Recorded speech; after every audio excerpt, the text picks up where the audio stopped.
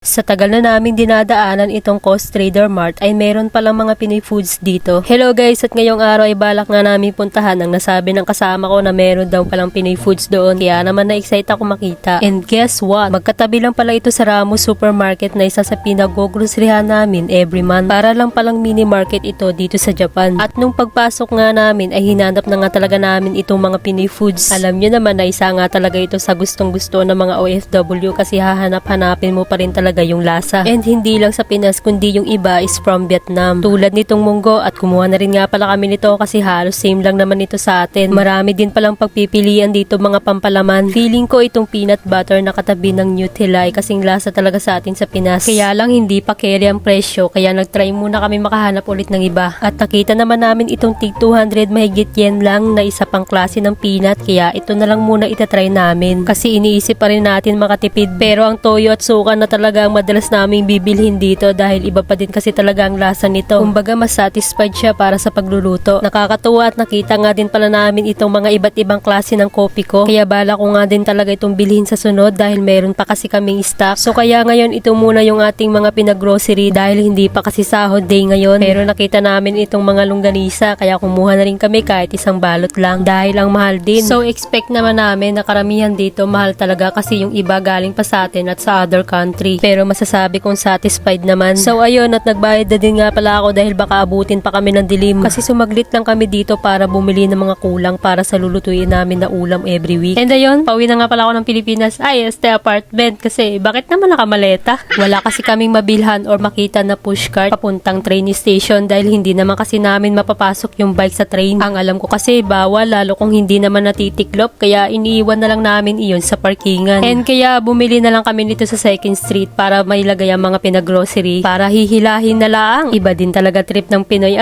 dito matututo ka talaga kung paano dumiskarte. So ayun lang muna guys at maraming salamat nga pala sa panonood. Bye-bye!